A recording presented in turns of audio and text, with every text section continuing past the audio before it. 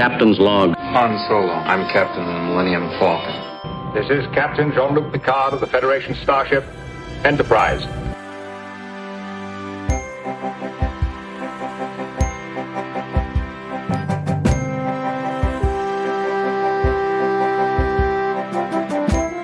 Priority 1 message from Starfleet coming in on secured channel.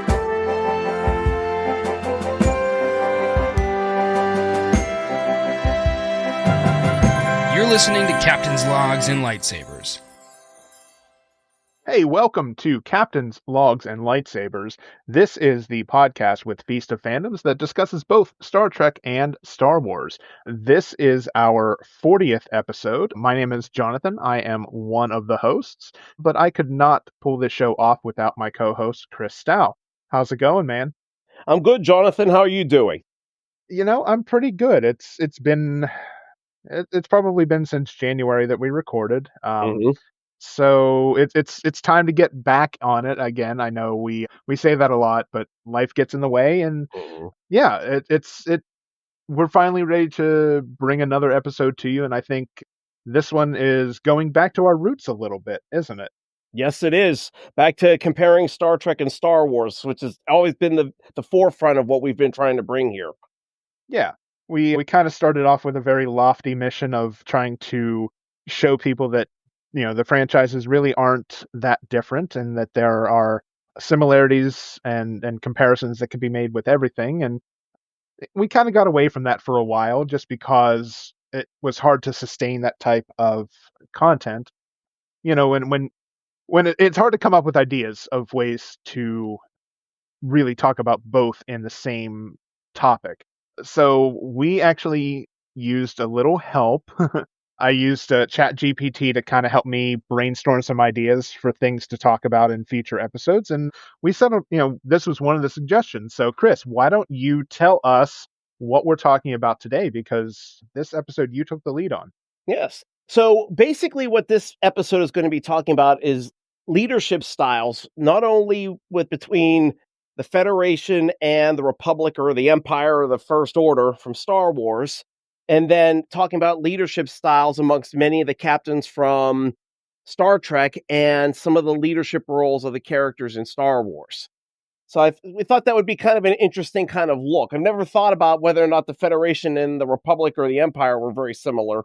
So it's going to be fun to see what we come up with.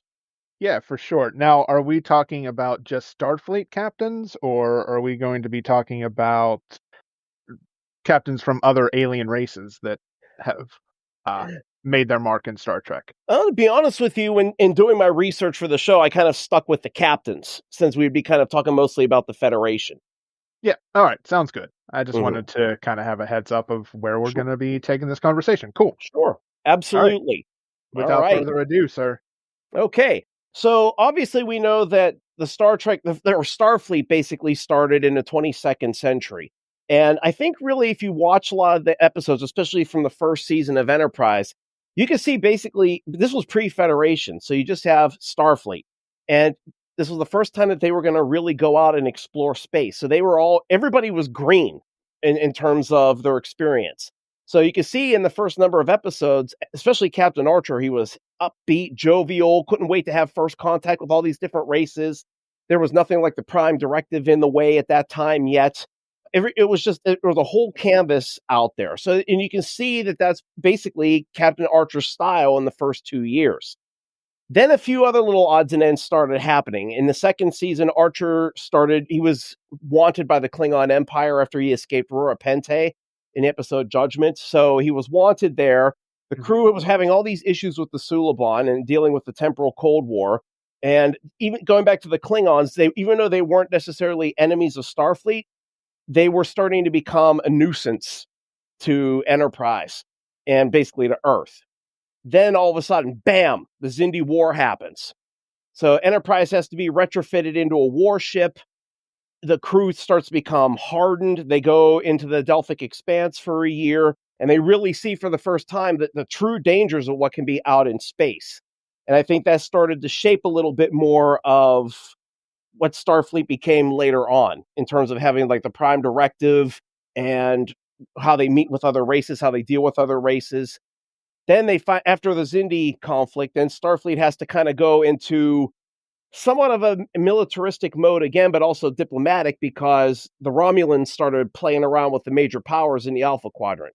So, and that's when obviously the Starfleet and the Vulcans and the Tellarites and the Andorians all came together when they were starting to deal with that pre-Romulan war stuff. And if we would have seen Enterprise go on into its 5th season, they were supposed to start working on the seeds for the Romulan War. So they went in that century from being green and being all excited about space travel to having to being cautious more about space and realizing the dangers that were out there for the first time. And you can see that in Archer as the 4 seasons go on. He goes from bright and optimistic to hardened, but still trying to explore but just being more cautious. Yeah, a temporal Cold War and a war between them and 7 united species is enough to harden anyone, I think. Exactly. And literally, he said in the 2nd season finale of Enterprise, he said, we have literally the weight of the world on our shoulders. I mean, that's going to change you, and the way you approach things in space. That leads then into the 23rd century. I think by that point, space travel has definitely been a lot more established. Warp speeds have gone up to at least warp 9, so they're much more capable of going out and exploring space. There are more rules and expectations. Yes, they really seem to romanticize space travel. There was a beauty to it. Kirk loved the Enterprise, his ship. There was also, though, what I noticed, though, was there was a lot of the decisions that were made by Starfleet officers in the 23rd century tended to deal more with, how do you want to say, I guess, more emotion and passion, I think would maybe even be a better word for it. Out of any Star Trek, if you've ever watched any of the other shows, only the original series shows how much Kirk is deeply affected when he loses a crew member. Like, he would actually yell at other crew members. He'd get really angry about if he lost a man. There was in the very first episode ever aired, The Man Trap. One of his crewmates died on the planet, and McCoy was going on about in this romantic haze about his former love, and Kirk blew up on him and basically told him, I've lost a man. I don't care what your feelings are right now about this woman. So there was this thing about how much he valued crew members in life.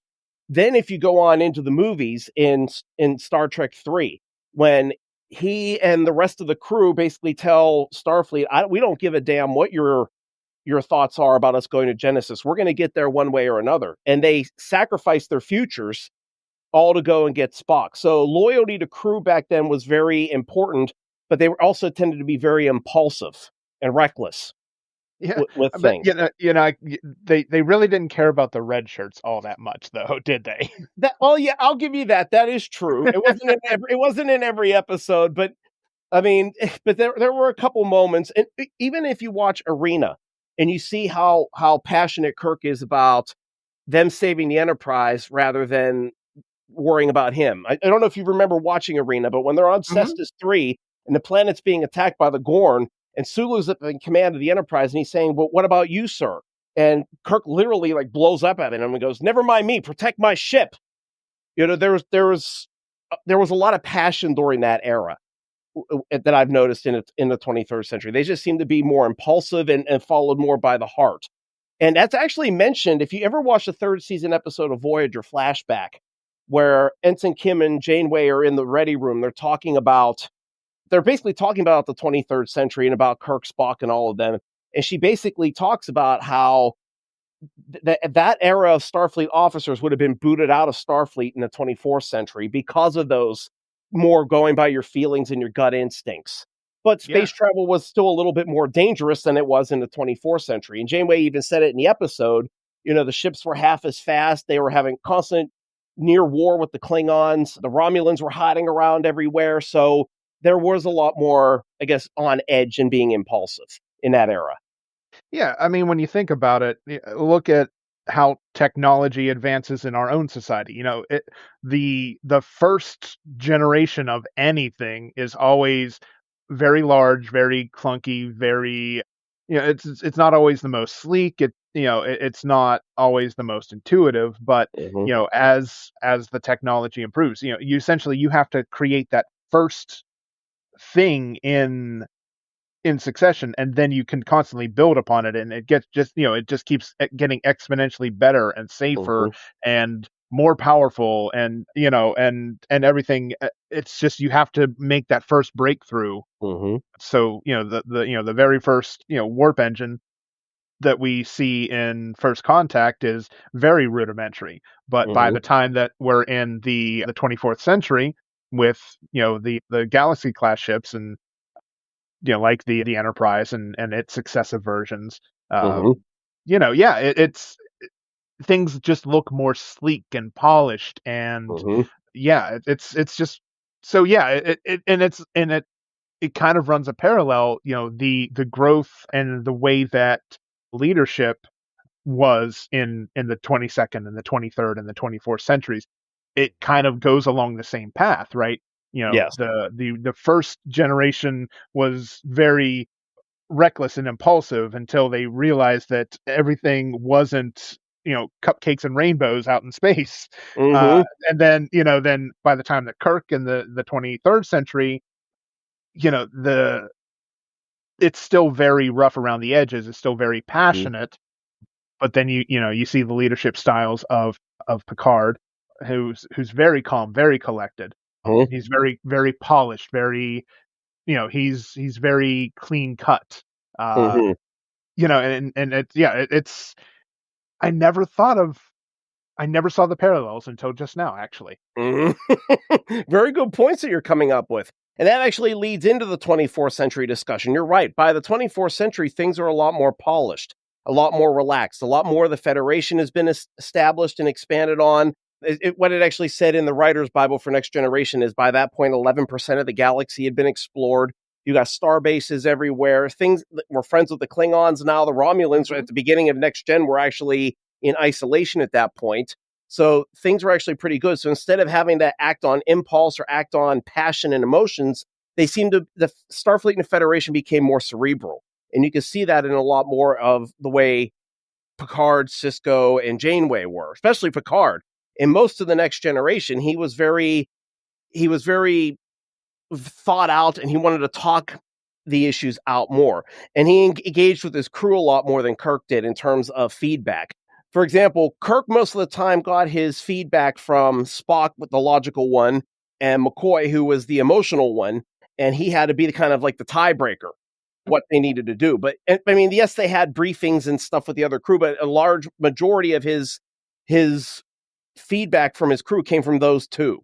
But it's a little different in the Next Generation in Deep Space Nine and Voyager, where they always have these briefing room moments where basically all of the senior cast members are there, the senior crew, and they're talking about the issues Mhm. going on. They're all giving their feedback.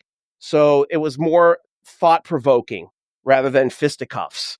Yeah, and In I that, imagine that's how a naval ship runs, because you yeah, have multiple departments on, say an American naval vessel, and you're going to have the heads of those departments meeting for briefings, and yes, giving a what's going on all on all parts of the ship.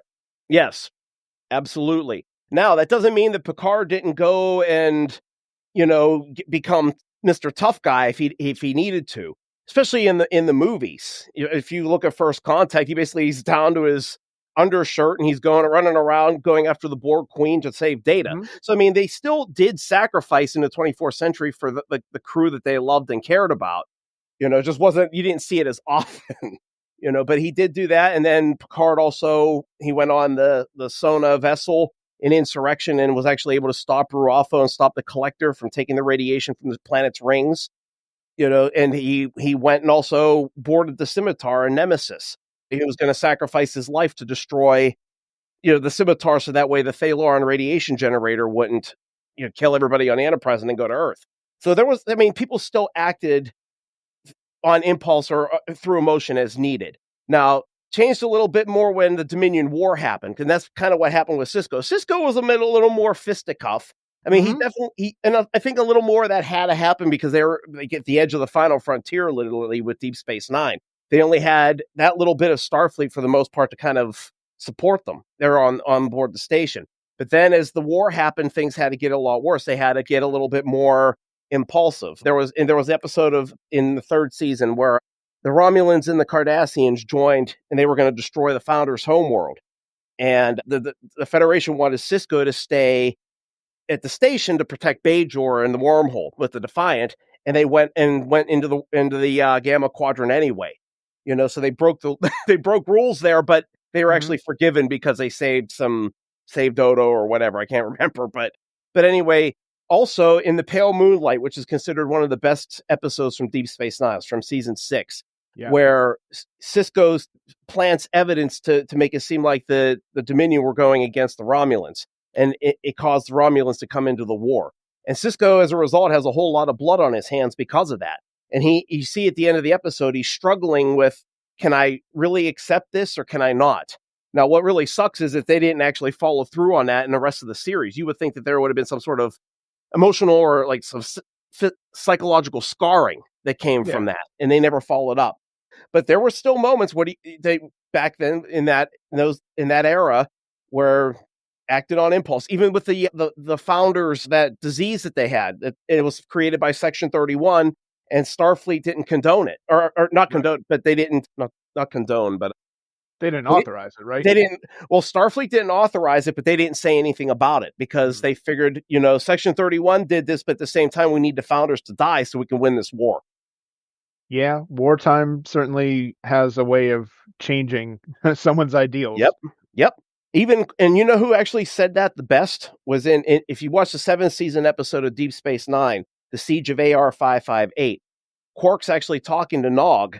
Basically, he's trying to talk him out of being in Starfleet because of all the dangers with the war going on. And basically what he told him is that humans are great people as long as their bellies are full and their holosuites are working. But if you take away the food and other luxuries that they have, they're just as violent as the most bloodthirsty Klingon. So no matter what, as enlightened as humanity has become, you have a big threat going on, they're going to resort to their roots. And we saw a lot of that at those last 2 seasons of Deep Space Nine. Now, moving on to Captain Janeway, I think she's kind of, for me, she's kind of a little bit of a mix of Kirk and a little bit of Picard. I think for the most part, she tries to be very cerebral in her thinking as well, and trying to negotiate with different races, things of that nature. But you can see her snap on occasion as well. Do you remember the 2-parter Equinox? Vaguely. Okay, so Equinox Part 1 was the 5th season finale of Voyager. And what they do is Voyager finds another Federation starship in the Delta Quadrant. And they made it as far as Voyager has, and they didn't understand why. But basically what was happening was the Equinox crew was killing some sort of interdimensional life form and using it as their bodies as fuel to make them get home faster. And Janeway went apeshit, basically. I mean, to the point where she was almost to the point of getting some of the Equinox members' crew tortured and killed to try to get information to try to contact the aliens. Yeah, I mean, it became an obsession with her in that episode. And that was one of the few times that you really saw her get that off the rungs, and she had to be kind of reined in by Chakotay, but it took a long while to do it. So again, it's just another example of, even though the 24th century focused a lot on less passion and more thought and negotiation, still have those moments where you're still going to break and the passion's going to come out. Right, because it comes down to self-preservation and preserving. Well, sorry, preserving. Can't think of a different adjective, but we're going to go with it.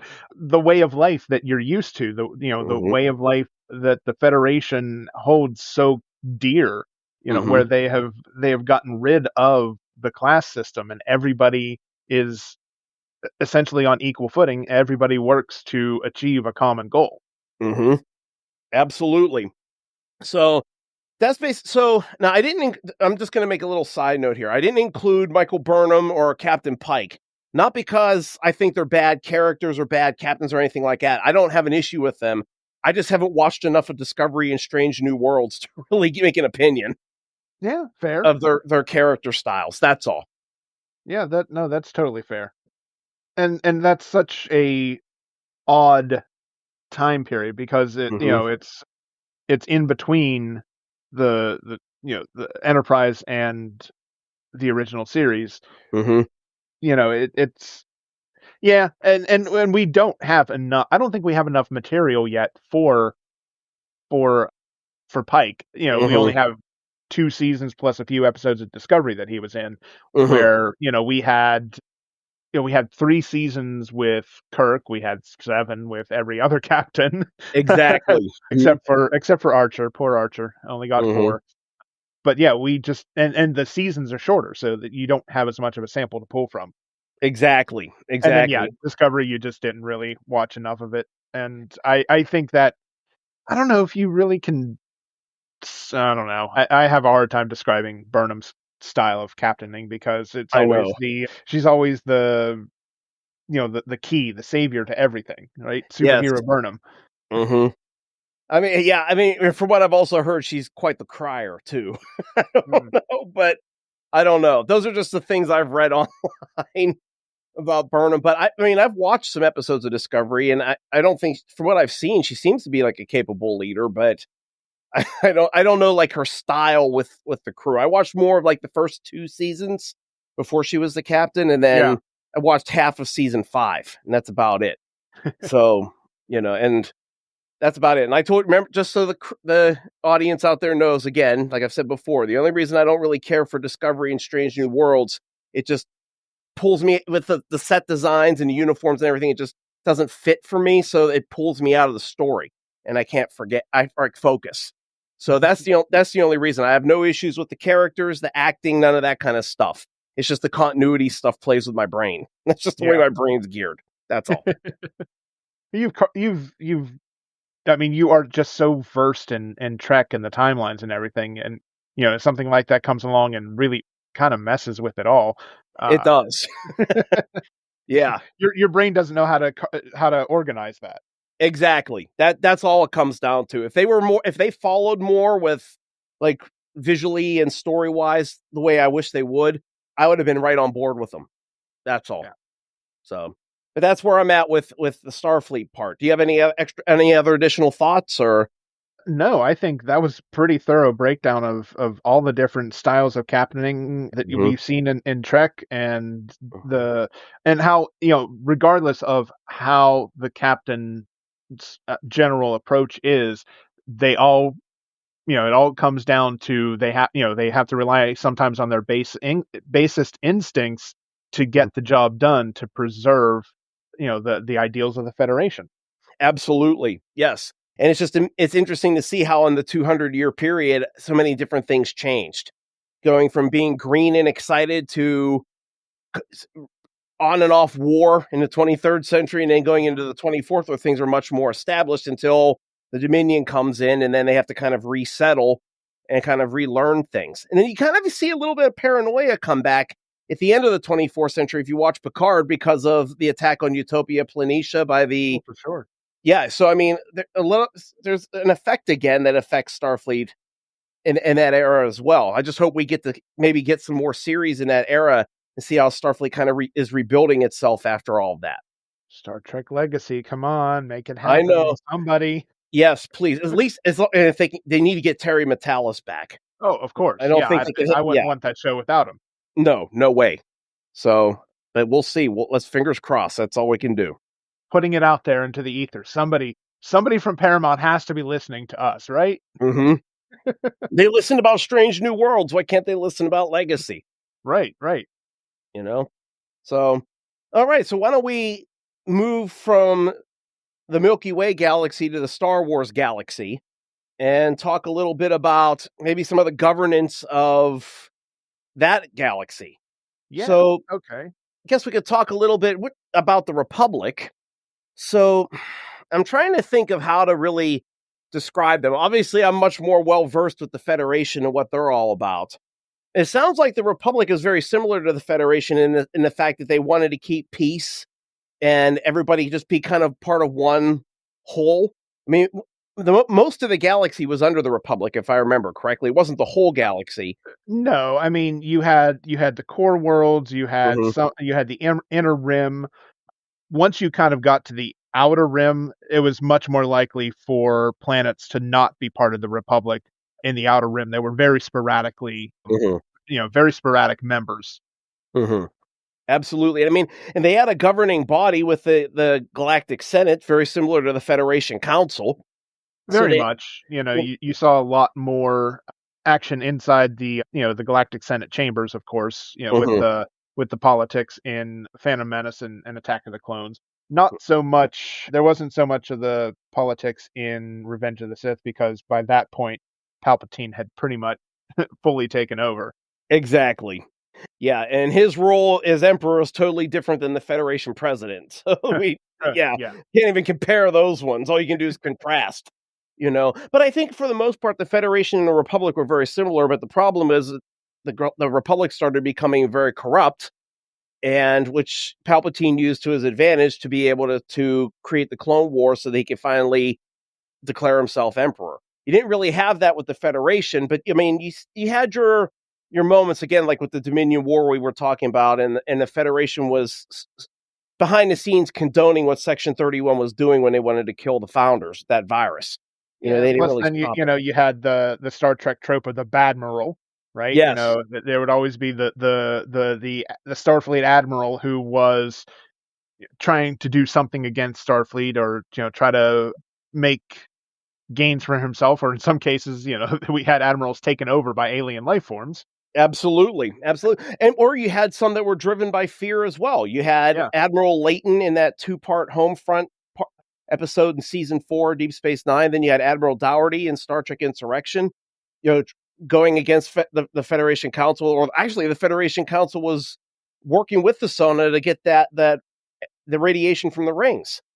So you're right. There was another admiral there. Even Admiral Ross in the last 2 seasons of Deep Space Nine, he had some sort of little involvement with the Romulans. There was an episode called, if I can pronounce it correctly, Inner Arman.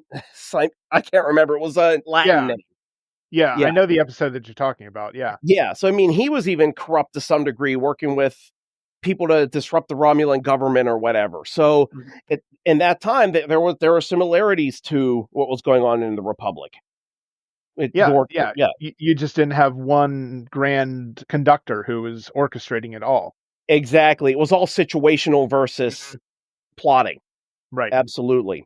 And then with the Empire, you can't even compare that to the Federation. I mean, there's there was no freedom for anybody with under the Empire's reign, and then the same thing with the First Order never finally truly came to power. If I remember correctly, they were close, but they were stopped Correct.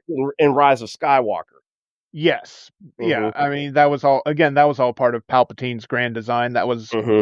his the final order essentially Hmm. is what what the ultimate, all those star destroyers around in the atmosphere of Exegol, Hmm. that was the final order, and that would Hmm. have been cementing Palpatine as the that would have solidified his complete grip on the Star Wars galaxy had Hmm. he been successful.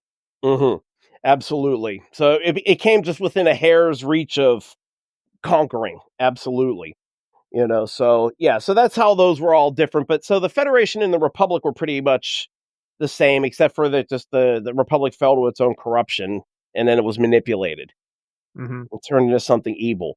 Now let's talk a little bit about some of the leadership qualities in the Yeah. Star Wars universe. So Han Solo definitely comes to mind in terms of the swashbuckling hero. I mean, he was different than Captain Kirk in the fact that he was more about himself initially, trying to save his own butt.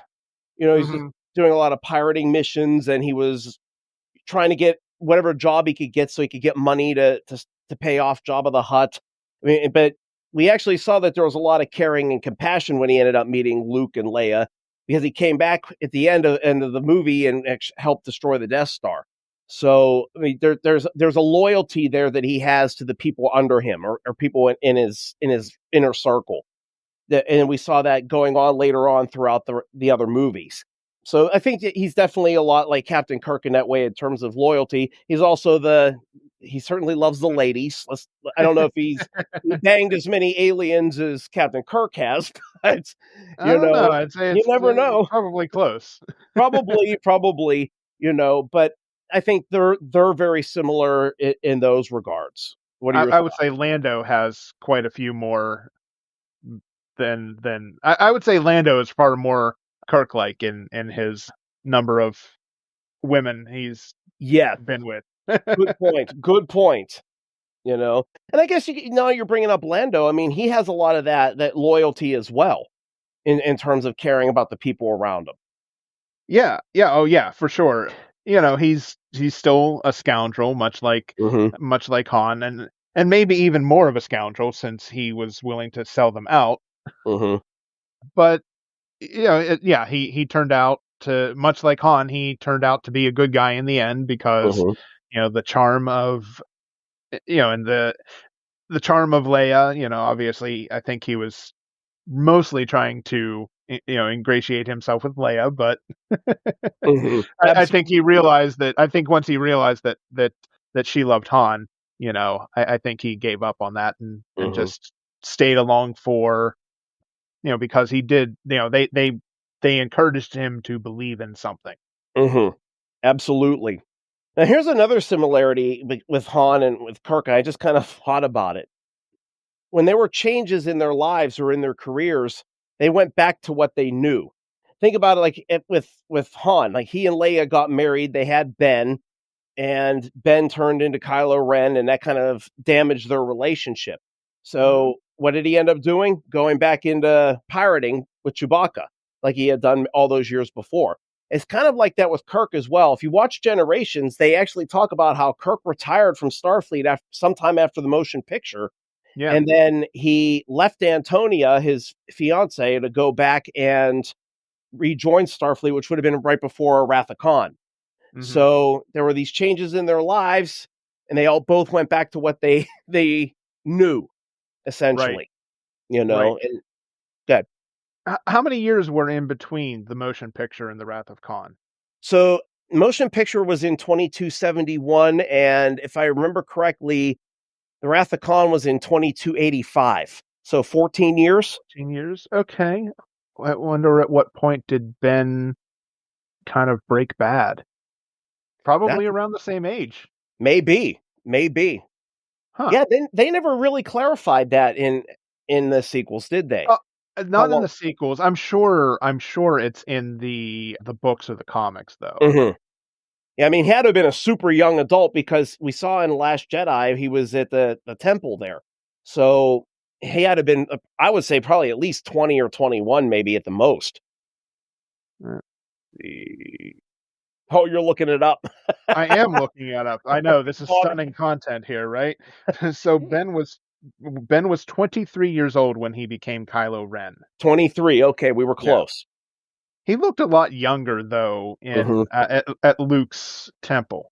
mhm, So I wonder if that was just the start of his fall to the dark side, but he may mhm, not have become Kylo Ren at whatever age he was when he left the temple, or mhm, destroyed the temple rather, not left, destroyed the temple. mhm. I Yes, can't recall. Maybe yeah, he looked younger than 23, didn't he? absolutely. I would have thought anywhere between 18 and 21. Yeah. See, I was thinking like 16 to 18. Mhm, Huh. Well, the internet says 23, so mhm. Hey, we'll take it. We were close enough. yeah. But So, yeah, it's similar period of time. mhm. Yeah, it was just for different reasons why they went back into what they did. Yeah. I don't think Kirk could ever, any woman could ever compete with the Enterprise and with Starfleet for Kirk. That No. was just his life, and No. as much as Yep. he tried to be a civilian, it just couldn't work out. You see a lot of that with people in the military today, you know? Yeah. Yeah, it's hard once they leave military life to to acclimate to civvy life. It's Mhm, so many of our service members struggle with that mhm. on a daily basis, and Absolutely. it's even worse if they have trouble finding employment that you Mhm, know uses their skill set. mhm. Absolutely, and then if you look back with Han and Leia breaking up after what happened with Ben, I mean, they lost a child. So, there was all that grief going on, and a lot of times when a married couple lose their child, they start to turn on each other, and then they end up splitting up because they can't deal with the grief, and that's essentially Yeah, what kinda happened with them. Leia went back with worked with the Resistance while Han went off back into pirating again, and it only just kind of reunited under different random circumstances in The Force Awakens. You know, it would have been interesting to see if they would have reunited or not if Han had stayed alive, but I guess that wasn't meant to be. Hmm. You I know? mean, and I guess even Picard was pulled back into Starfleet. You know, Mhm. he had, you know, from watching Picard, you know, he had started to settle down, but Mhm. the first season of Picard is, you know, that's what draws him back in, and he leaves the life that he, you know, had been, you know, at Chateau Picard and Mhm. and I can't think of her name. Why? Laris. Laris, yes. Yeah, he had settled down with Laris, and yeah, but he got pulled back in, just like Mhm. Kirk, just like Han. That's a very good point that you made. Very good point. It all ties together. It does. All right, so we talked about Han. Let's move on to Luke.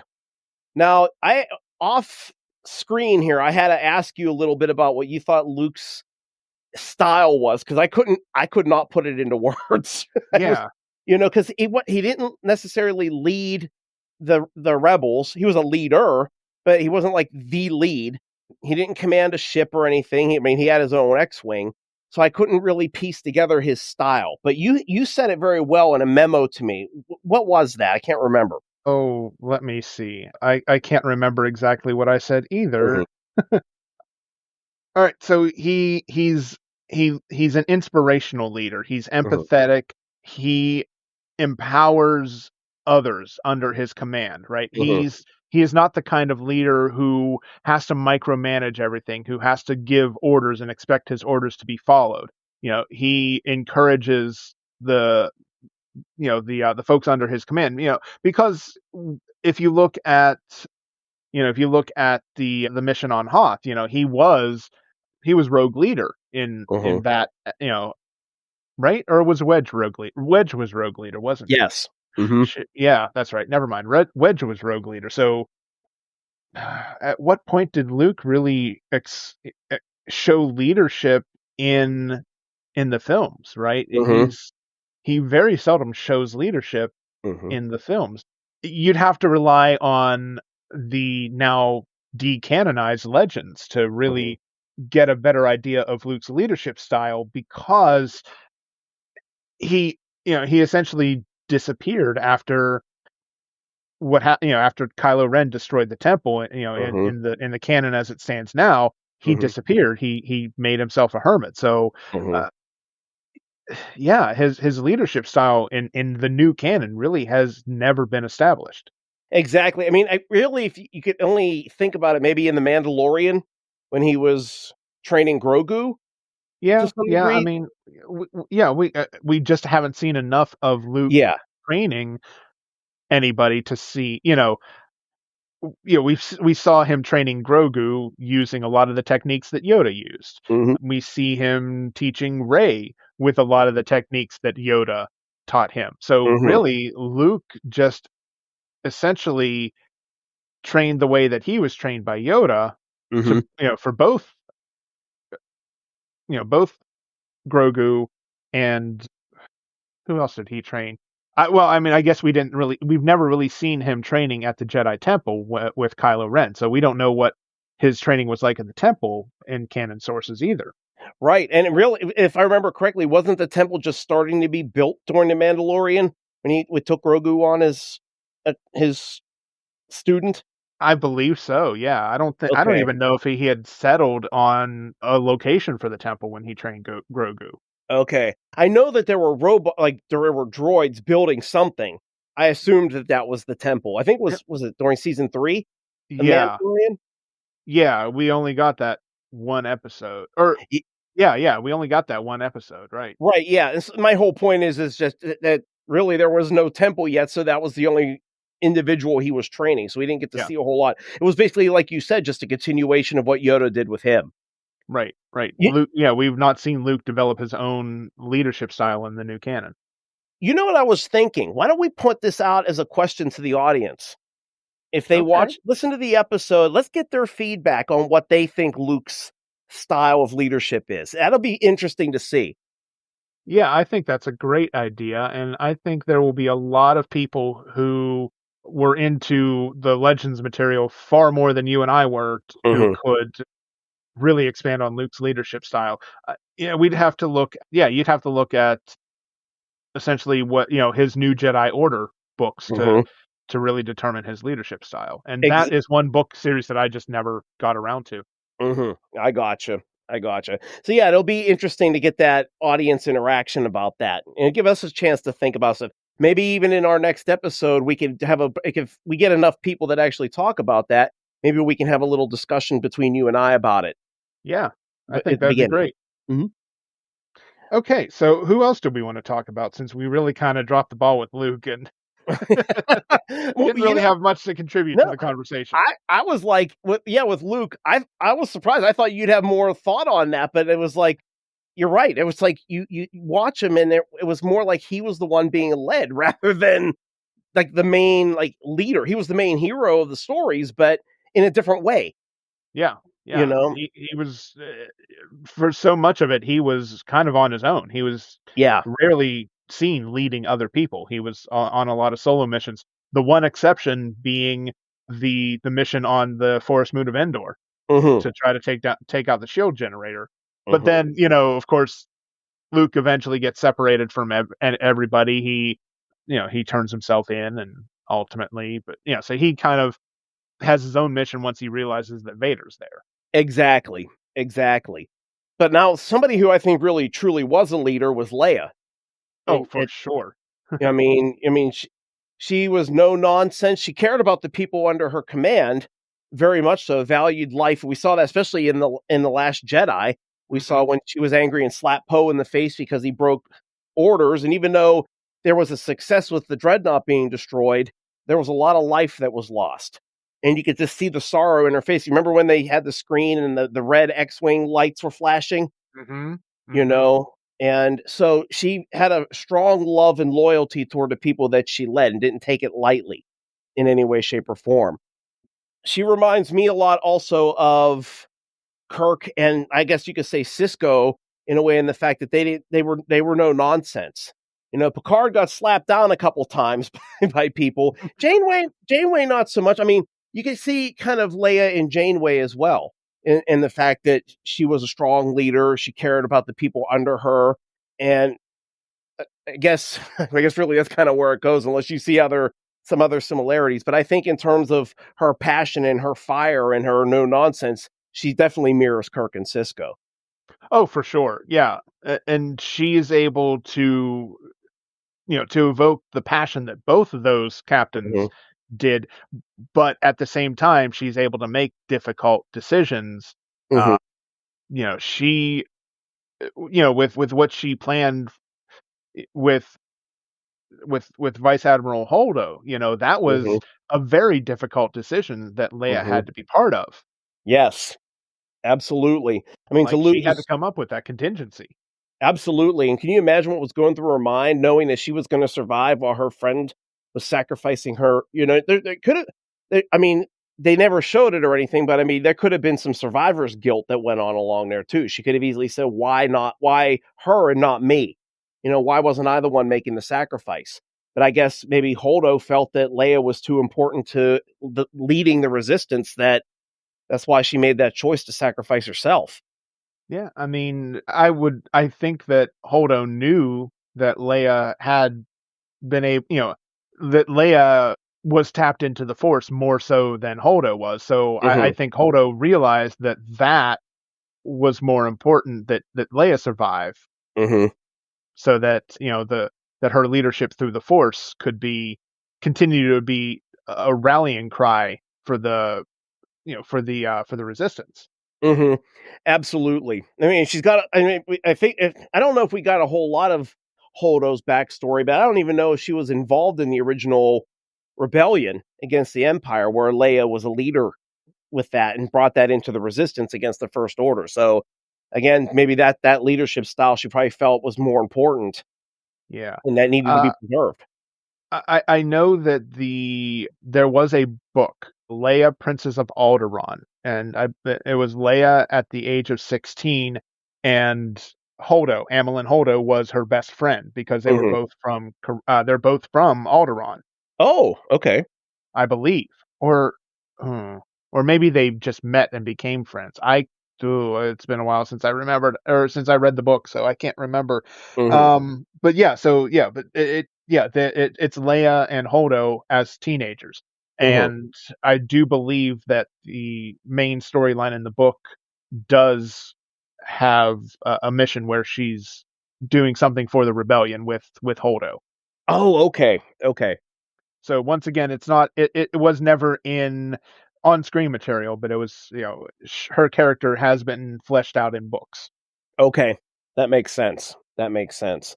Yeah, and I felt the fans didn't really give Holdo a whole lot of respect in terms of her character. I mean, her character literally sacrificed herself to save the entire whatever was left of the resistance, you know? It Mhm. wasn't some arrogant kind of thing that she did. I mean, you even see after they evacuate the main ship and the ships are flying toward Crate, she said, I forget what she said, but like Godspeed, Godspeed, rebels. Godspeed Rebels. There you go.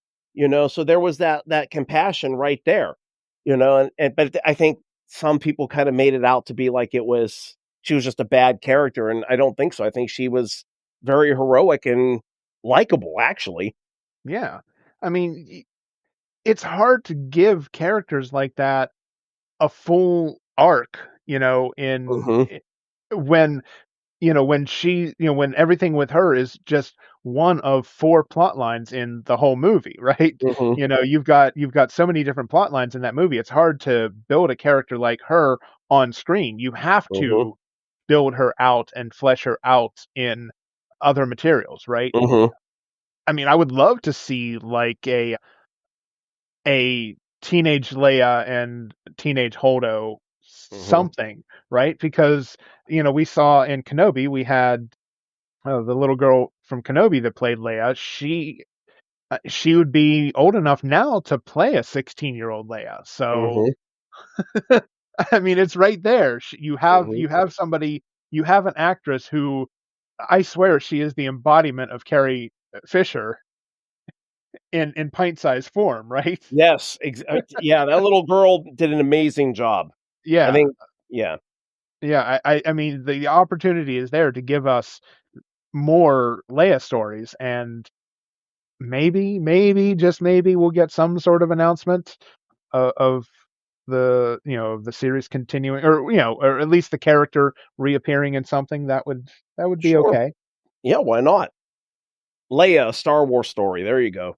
Yeah, I mean, even I don't know if we need a movie. I think even like a limited series, like a six Sure. episode or 8 episode series would work.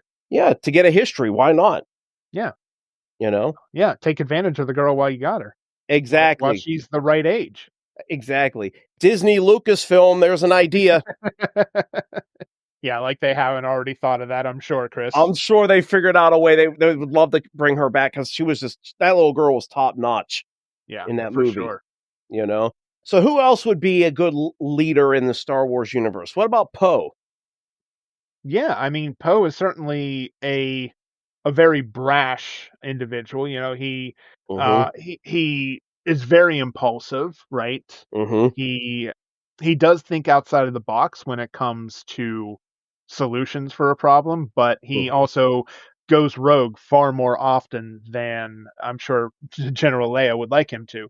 Uh, Mhm. but you know what? He is a hell of a pilot, right? Mhm.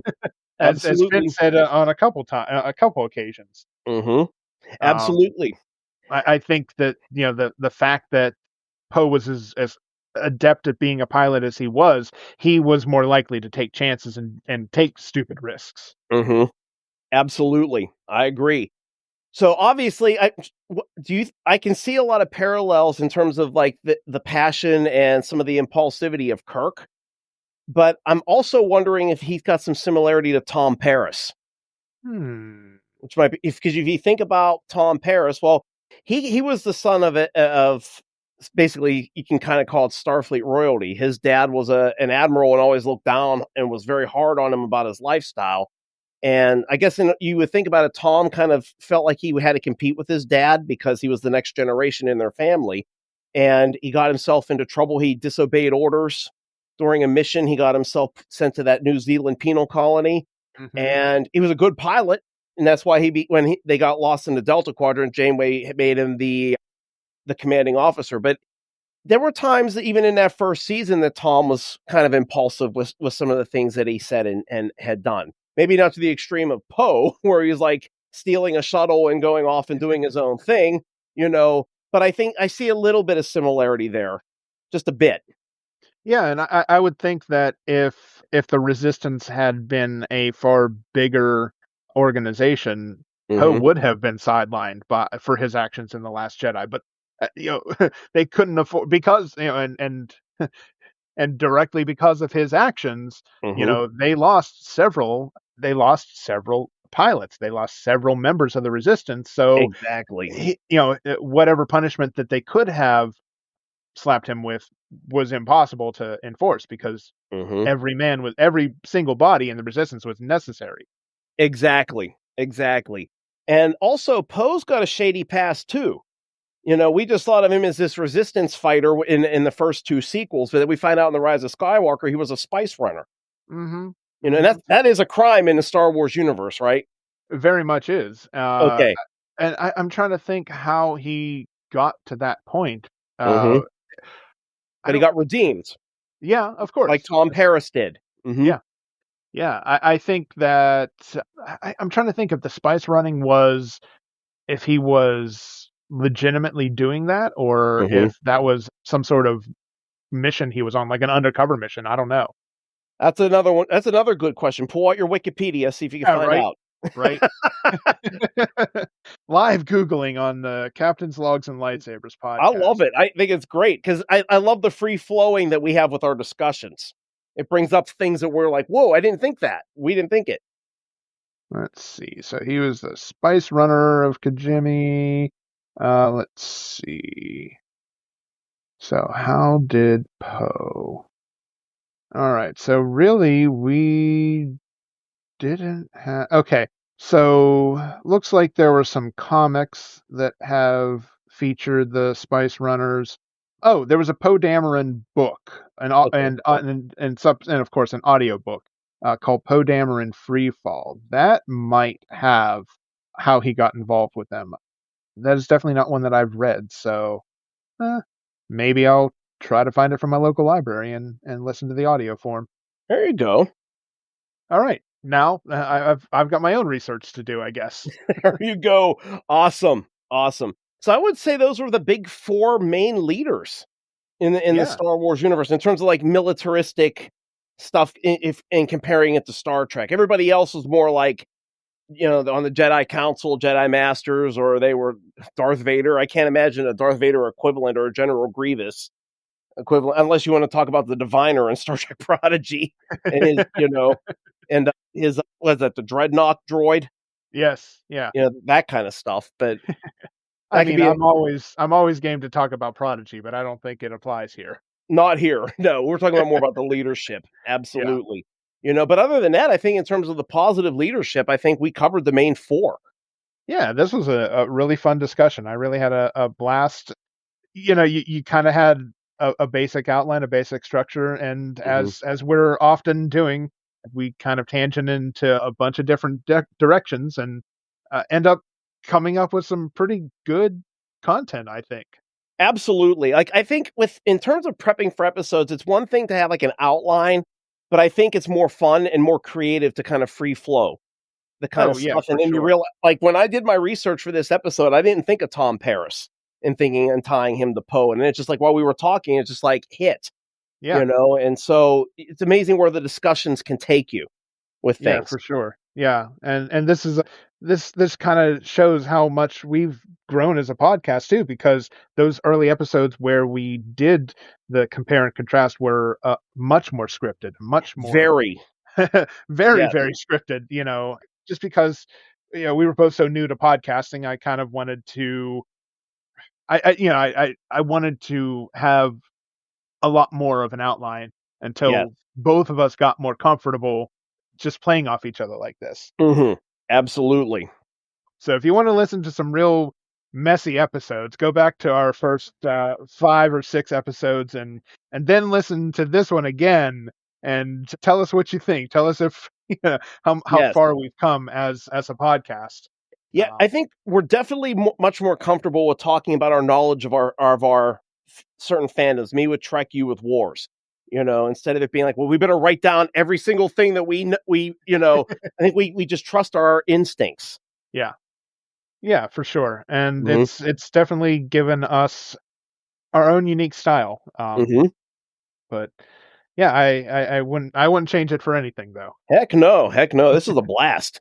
Yeah. Yeah. So I'm looking forward to more of these types of discussions Mhm. using our using Chat GPT.